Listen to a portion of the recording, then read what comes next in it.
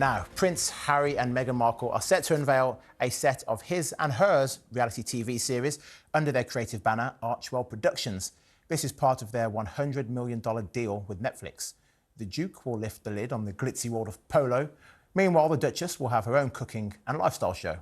Elsewhere, Prince William and his son George were spotted enjoying an Aston Villa match in their first public family outing since the Princess of Wales's shock cancer announcements.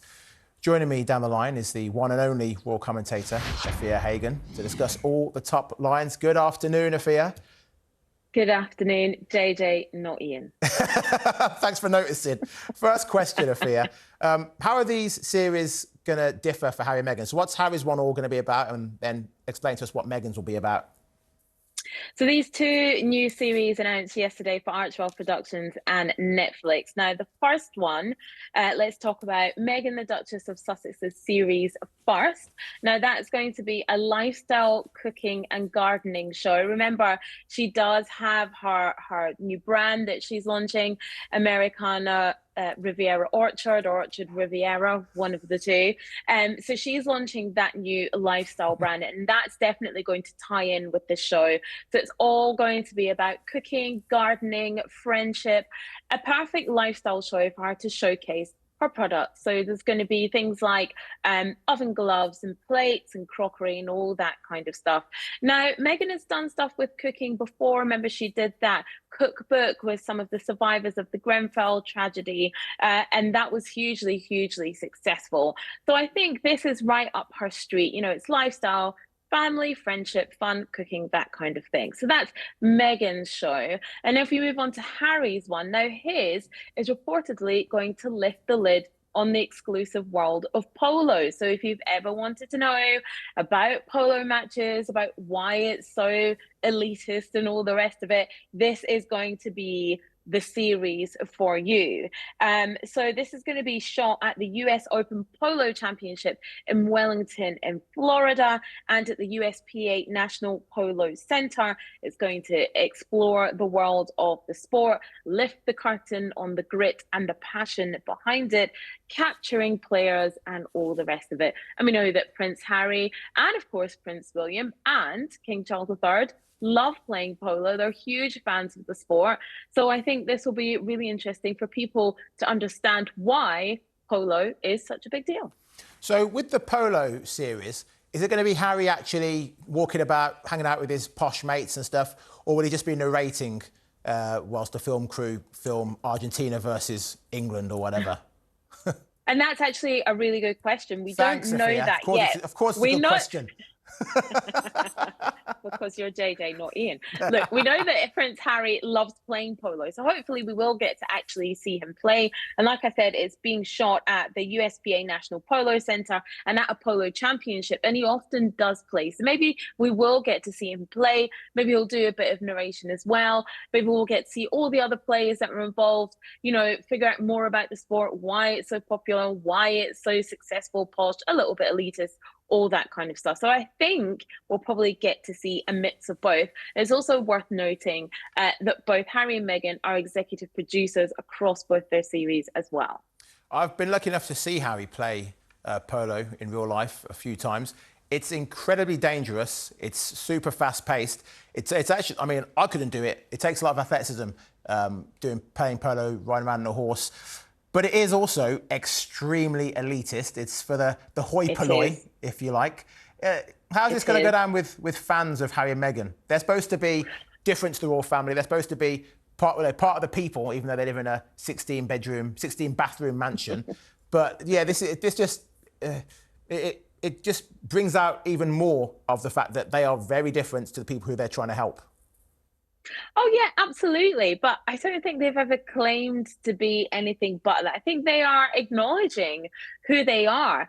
I think with Meghan's show, with lifestyle, cooking, gardening, that kind of thing, that is something that lots of people enjoy. So hopefully that one will be one that more people can relate to. But I think actually doing something about polo which Prince Harry is very passionate about. He's played in charity matches and things like that before. You're right in saying it's elitist, and no one is here to say that it's not in any way, shape, or form. But also, a lot of people don't know a lot about it, don't know the origins of it, don't know a lot about how you even play polo. Like, what are the rules? I don't even know. Been to a polo match before, and I was like, no idea what's going on here. So a lot of people will be like, don't know anything about this, but why is he so passionate about it? I think people who like Prince Harry will be into this. I mean, this is a passion project for him. And also it's good in a way to sort of lift the lid on polo. I mean, we can maybe learn the rules and then join a team, JJ. I wouldn't have thought so. You're going to find me on a horse, running up and down, hitting a ball. Forget about it. I don't think this will be a success in the UK, if I'm honest. I don't think British people generally care about polo, no matter who is trying to sell it to us. But the Americans, they're going to eat this up. It's got royals and it's got British elitism. I think you could be right about that one, actually. I think when it comes to the polo thing, I think that probably will be more popular with Americans. And I think Meghan's probably can transcend. Like I said, it's lifestyle, gardening, cooking. You know, people get on board with that. But I think if you like them, then you'll definitely buy into this, no matter what the series is about. Yeah, so I've already seen criticisms about Meghan's series that hasn't even aired. We've not seen a single clip of it, and there's already people on social media criticising, saying she's got no interest in it. She's just jumping on a bandwagon. Her first solo royal engagement was, as you said, with helping. I think it was called The Hub, the cookbook that was for empowering women and for survivors of Grenfell. So this is actually a genuine interest of hers. This isn't just something new she's just doing to cash in. Definitely. This is right up her street, always has been. Like you so rightly said, her first solo engagement was at the Hub. It was the launch of that cookbook with survivors of Grenfell. And that was something that she felt super passionate about. But this is the thing, is that we always have to remind ourselves, JJ, that people will not have seen a single frame of this series, of any of their series, and will decide that it's already terrible. And there will be people who have not seen a single frame of it and decide that it's already amazing. These two camps will exist, and they will continue to exist. You know, the thing is, Harry and Meghan, because they are divisive figures, because there's a lot of people that either love them or hate them, even though there is room for a nuance and a grey area in between, but never mind. And people will decide what they decide beforehand. And actually, Prince Harry and Meghan Markle can't do right for doing wrong, so they might as well just get on with their lives. Yeah, I don't know if you saw Crosstalk earlier with the excellent Kevin and Alex. Angela Levin was guesting on there. Angela Levin, a popular royal commentator, and she was slamming this, saying it's never going to work, it's not going to be successful, blah, blah. Every time Harry and Meghan do anything, they announce anything, people like Angela Levin come out and say it's not going to be successful, and guess what? They're always successful. Well, they got fired by Spotify. Yes, Meghan was dropped from Spotify after making the most successful listened to podcast in the world. Yeah. They together made the most watched ever documentary on Netflix. Why do people like this, whatever they do, they're just going to keep on facing criticism from these, I'll call her a troll. I think... Afua speechless. Oh, JJ. You know what? Make a living off saying things like that. And that is absolutely okay. You know, good for her. There's a certain industry that is built around just fagging people off.